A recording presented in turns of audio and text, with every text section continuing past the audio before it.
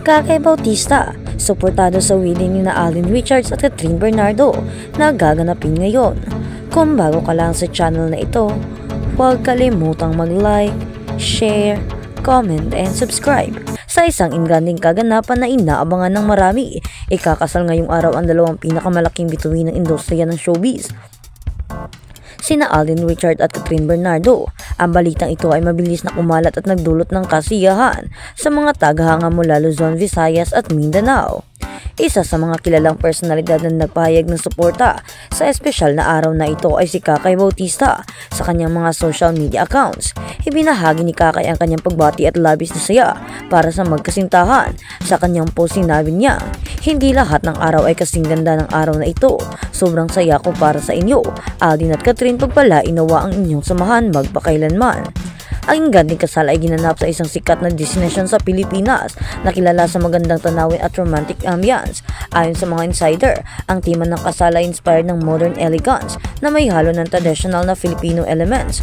Ang lugar ay punong-puno ng mga puting bulaklak, makukulay na ilaw at eleganteng dekorasyon na nagpapakita ng pagiging simple ngunit sopistikado ng dalawa.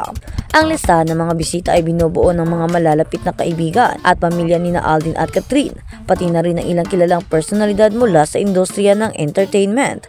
Nariyan ang mga malalapit nilang kaibigan tulad ni na Maine Mendoza, Daniel Padilla, Bia Alonzo at marami pang iba. Isa rin sa mga pangunahing inaasahan ay ang pagsasama-sama ng mga personalidad mula sa iba't ibang network bilang suporta sa dalawa. Kakay Bautista ay kilala bilang hindi lamang sa kanyang talento sa pagkanta at pag-arte kundi pati na rin sa pagiging mabuting kaibigan. Matatanda ang naging malapit si Kakay kina Alden at Catherine sa ilang proyekto at events na kanilang pinagsamahan. Hindi na nakakapagtaka na bahagi siya ng mga special na araw na ito. Ayon pa sa ilang ulat, si Kakay ay isa sa mga nagbibigay ng masiglang enerhiya sa resepsyon ng kasal. Inaasahan na magbibigay siya ng isang espesyal na bilang upang mas lalong maging makulay ang selebrasyon. "Hindi ko palalampasin ang pagkakataong ito na makita kayong dalawa na sobrang siya. Handa na akong magbigay ng tawa at saya sa inyong araw," ani ni Kakay sa isang interview bago ang kasal. Ang pagmamahalan ni na Alden Richards at Catherine Bernardo ay nagsimula sa isang proyektong kanilang pinagsamahan na kalaunan ay naging blockbuster hit dahil sa kanilang chemistry.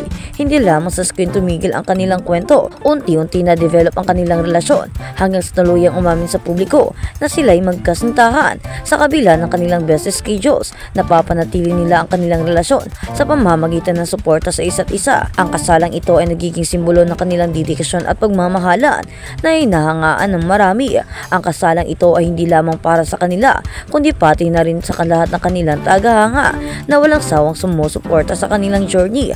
Ayon sa isang fan, "Sobrang saya namin na makita kayong dalawa na masaya at nagmamahalan. Deserve nyo ang lahat ng blessings sa mundo." Sa araw na ito ay pinagdiriwang ng buong sambayanan ang pagmamahalan ni na Alden Richards at Catherine Bernardo.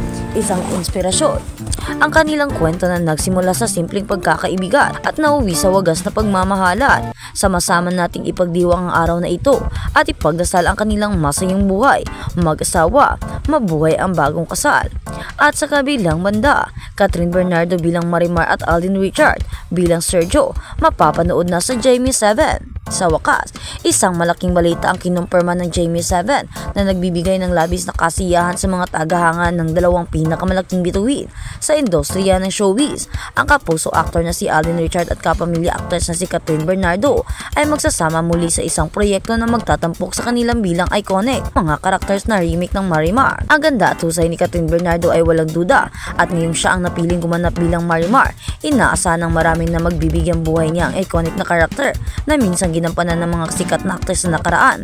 Kilala si Catherine sa kanyang malalim na pagganap at husay sa pagdala ng mga emosyon, kaya't inaasahan ng mga tagahanga na bibigyan niya ng bagong dimension ang karakter ni Marimar. Sa isang interview, ibinahagi ni Catherine ang kanyang pananabik sa proyekto. "Ito ay isang malaking hamon para sa akin dahil napaka-iconic ng karakter ni Marimar, pero handa akong ibigay ang lahat para sa proyektong ito. I am excited to work with Alden again and to bring this story to life for a new generation," aniya.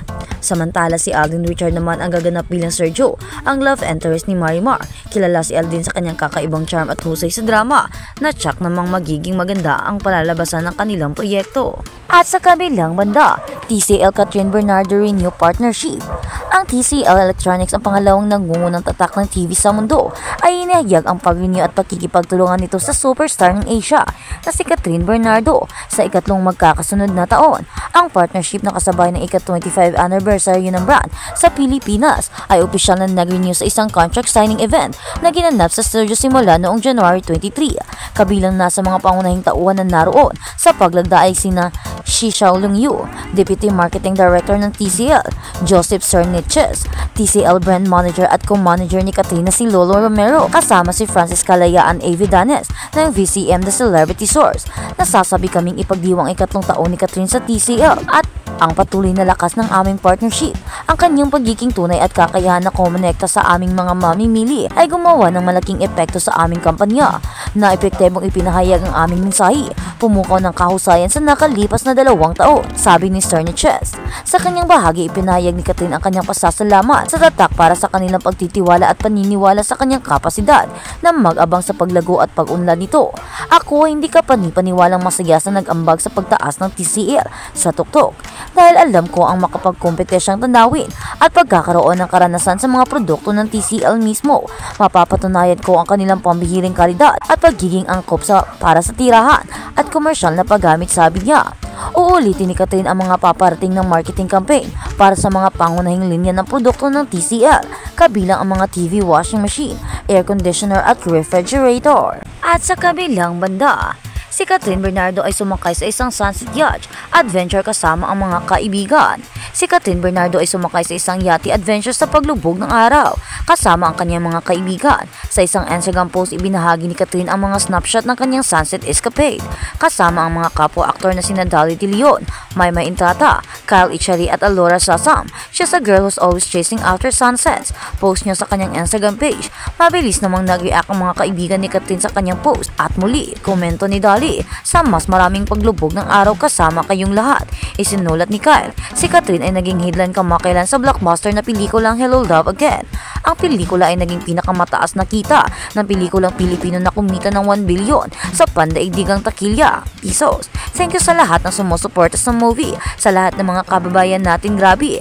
Party kayo nito, Catherine said in a previous interview with Jamie News. Thank you for making this happen. Thank you for making this possible. Congratulations sa amin, she added. Natanggap din ng kapamilya actress ang Snow Leopard Rising Star sa Asian World Film Festival or AWFF noong November 2024. Napaka-surreal na pakiramdam na nakatayo ako dito ngayong gabi at tinatanggap ang parangal na ito. Maraming salamat sa Asian World Film Festival Board of Directors para sa hindi ka panipaniwalang karangalang ito. Hindi lamang para sa pagkilala sa aking katawan ng trabaho, ngunit para sa pagdiriwang sa lahat ng mga kwento na tayo bilang Asyano. Ang mga artista ay patuloy na nagbabahagi para sa mundo.